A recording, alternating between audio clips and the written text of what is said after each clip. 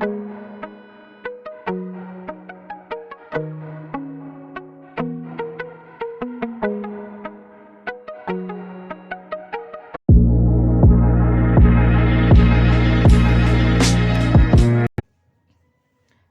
दोस्तों, एक बार फिर से स्वागत है आप सभी का आपके अपने चैनल टारगेट एट वन पे। मैं हूं अमृता और आज इस टॉपिक पे हम बात करने जा रहे हैं वो है टीजीटी बायोलॉजी का important topic fungi Rhizopus. Guys, अगर आपने टीजीटी बायोलॉजी का या टीजीटी बॉटनी का सिलेबस देखा होगा तो आपने बॉटनी के सेक्शन में सबसे पहला एल्गी और सेकेंड टाइम में आपने देखा होगा फंजाई, और फंजाई के सेक्शन में बहुत ही ज़्यादा इंपॉर्टेंट टॉपिक है राइजोपस। आपको पता होगा कि आपके बॉटनी के सिलेबस में जितने भी फंजाइज हैं या जितनी भी स्पीशीज आपको पढ़ना है, उनके स्ट्रक्चर, लाइफ साइकिल और इम्पोर्टेंस के बारे में या हैबिटेट कहाँ पे वो पाए जाते हैं, इन सारी चीज़ों के बारे में आपको नॉलेज होना ज़रूरी है, क्योंकि आपके टीजीटी के एग्जाम्स में क्वेश्चन कहीं से भी आ सकते हैं। ठीक है, तो इसके तहत हम आप सभी के सामने दो पार्ट्स में वीडियो लेकर आए हैं। पहले पार्ट में हम बात करेंगे राइजोपस के माइसीलियम के बारे में, और जो पार्ट 2 की वीडियो होगी उसमें हम बात करेंगे लाइफ साइकिल ऑफ राइजोपस के बारे में। तो आज है हमारी पार्ट 1 या पार्ट ए, तो इसमें हम बात करेंगे फंजाई राइजोपस के माइसीलियम के बारे में। तो वीडियो में आगे बढ़ने से पहले एक इम्पॉर्टेंट इन्फॉर्मेशन आप सभी कैंडिडेट्स के लिए, उन सभी स्टूडेंट्स के लिए जो टीजीटी बायोलॉजी की या पीजीटी बायोलॉजी की प्रिपरेशन कर रहे हैं, कि अगर आप भी हमारे साथ मिलकर डेली स्टडी करना चाहते हैं अकॉर्डिंग टू सिलेबस, तो ज़रूर जुड़े हमारे YouTube channel target at one के साथ में। और अगर आप हमारे द्वारा दिए गया पीडीएफ और स्टडी मटेरियल और साथ ही साथ क्वेश्चनर को रोज़ अटेम्प्ट करना चाहते हैं, डेली पीडीएफ लेना चाहते हैं, तो ज़रूर जुड़े हमारे Telegram channel target TGT PGT biology के साथ में। तो ये थी एक जनरल इन्फॉर्मेशन आप सभी के लिए। चलिए चलते हैं वीडियो में आगे की तरफ। तो गाइस, आज हम बात करने वाले हैं क्योंकि माइसीलियम के बारे में, राइजोपस के। तो माइसीलियम के बारे में जानने से पहले एक जनरल इन्फॉर्मेशन ये होती है कि आपको पता होना चाहिए कि आपका जो राइजोपस फंजाई है वो टेक्सोनॉमिकली कहाँ पे एग्जिस्ट करता है।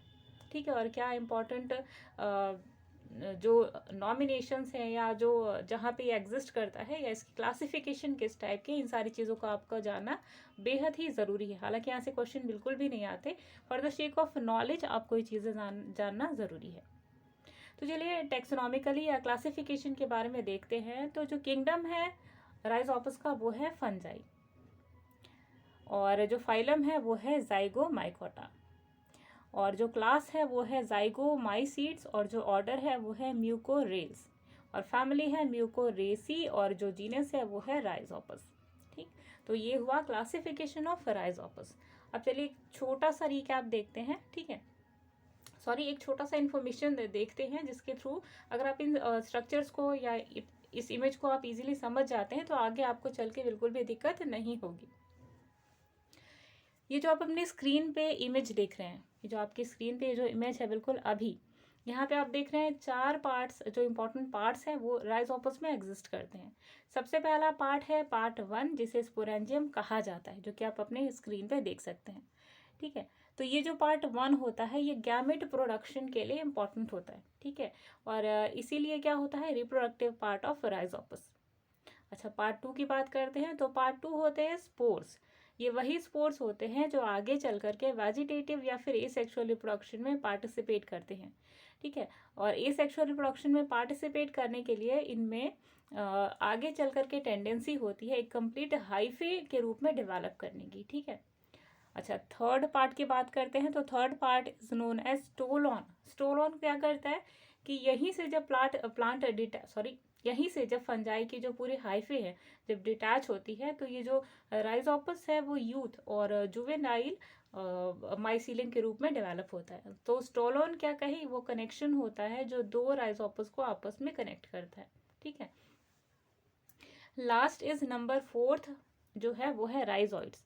राइजोइड्स, अगर आपने रूट्स के फंक्शंस के बारे में पढ़ा है प्लांट्स के केसेस में, तो यहाँ पे भी जो राइजोइड्स है उनका फंक्शन सेम है, यानी कि absorption of water and minerals. जो भी चाहिए माइसीलियम को, राइजोपस के माइसीलियम को जिन भी चीज़ों की आवश्यकता होती है वो राइजोइड्स के द्वारा ये राइजोइड्स ऑब्जर्व कर लेती हैं और जो ऊपर बॉडी है माइसीलियम की वहाँ तक ट्रांसफ़र करते हैं। तो ये थे 4 इम्पॉर्टेंट फीचर्स ऑफ राइजोपस के माइसीलियम के। ठीक है, चलिए आगे बढ़ते हैं। चलिए अब बात करते हैं उन सारे इंपॉर्टेंट स्पीशीज़ के बारे में। ये बहुत ही ज़्यादा इंपॉर्टेंट स्पीशीज़ हैं और इसलिए इंपॉर्टेंट है क्योंकि यहीं से क्वेश्चन आपके टीजीटी के एग्जाम्स में आते हैं। तो अगर आप चाहें तो इसका स्क्रीनशॉट ले सकते हैं या आप पीडीएफ के माध्यम से हमारे टेलीग्राम चैनल से जुड़कर इस पीडीएफ को ले सकते हैं। तो सबसे पहले बात गाइज, सबसे पहले राइजोपस की स्पीशीज़ के बारे में। तो पहली है राइजोपस स्ट्रोलोनिफर। तो ये जो है स्पीशीज़ राइजोपस स्ट्रोलोनिफर, इसे कहा जाता है ब्लैक ब्रेड मोल्ड। ठीक है, वैसे मेनली ये जो है ब्लैक ब्रेड मोल्ड के नाम से ही जाना जाता है राइजोपस, लेकिन यहाँ पे इसका जो कॉमन नेम है वो है ब्लैक ब्रेड मोल्ड। ठीक है, कॉमर्शियल इसे कहाँ यूज़ किया जाता है? For the production of chemicals बनाने के लिए राइजोपस स्ट्रोलोनिफर को यूज़ किया जाता है। For example cortisone, fumaric acid, इन सब की प्रोडक्शन के लिए राइजोपस का यूज़ किया जाता है। और अगर आप स्पेसिफिकली बात करें तो राइजोपस स्ट्रोलोनिफर को यूज़ किया जाता है। ठीक है, और अगर आप इसे एक पैथोजन के रूप में देखें तो ये जो है फ्रूट रॉट डिजीज कॉज करता है कौन?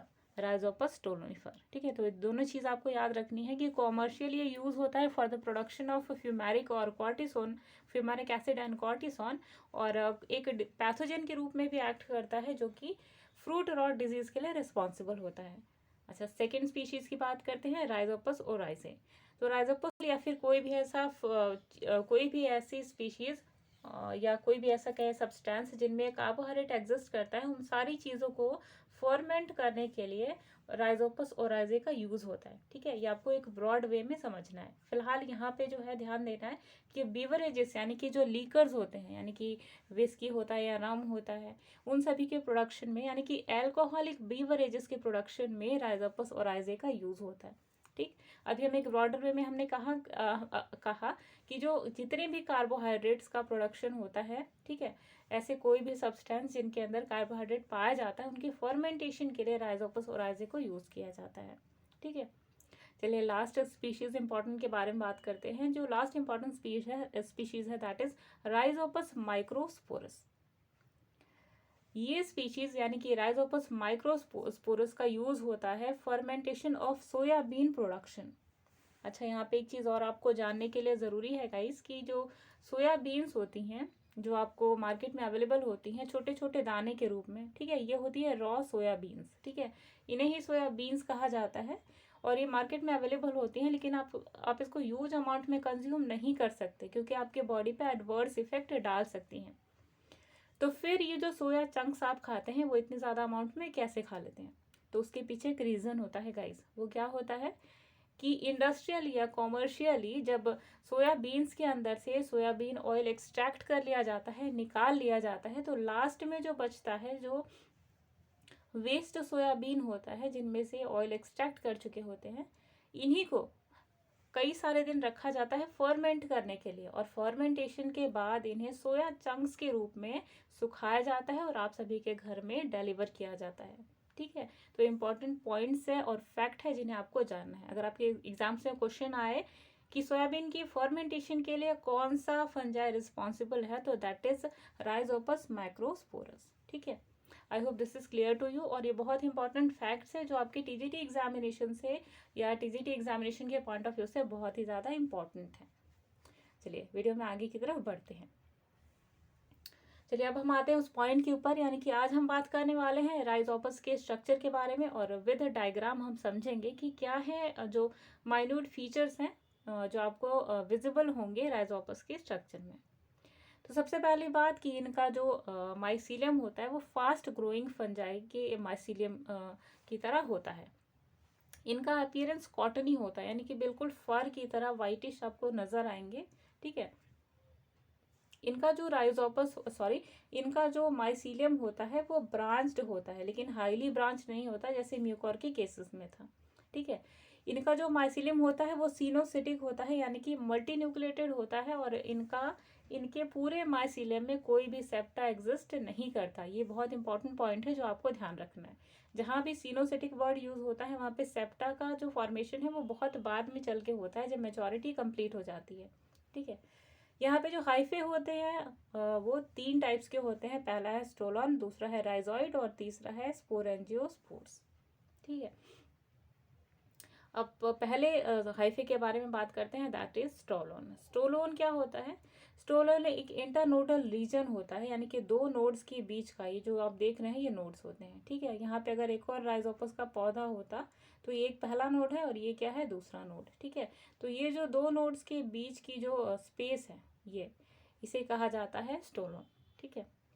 It is aerial, forms an arch and touches the substratum forming nodal region. ये जो नोडल रीजन है, सॉरी, ये जो इंटरनोडल रीजन है यानी कि स्टोलोन है, ये सबस्ट्रेटम के साथ में अटैच होता है। सबस्ट्रेटम हमने कहा, बेस को कहा जाता है सबस्ट्रेटम, ठीक है। तो ये सबस्ट्रेटम के साथ में अटैच्ड होता है, ठीक। Rhizoids are formed where the stolon touches the substratum at the nodes. जहाँ पे भी नोड्स होते हैं स्टोलोन के, वहीं पे राइजोइड्स इमर्ज करती हैं, बढ़ती हैं और ये ब्रांच्ड होती हैं। और इनका जो फंक्शन होता है, यानी जो राइजोइड्स का फंक्शन होता है, वो होता है अब्जॉर्प्शन ऑफ फूड और वाटर, ठीक है। तो इम्पॉर्टेंट फीचर्स है जो आपको ध्यान में रखना है। यानी कि अगर आप कंप्लीटली देखें तो जो हाइफा होता है फंजाई का, वो 4 पार्ट्स में डिवाइडेड होता है।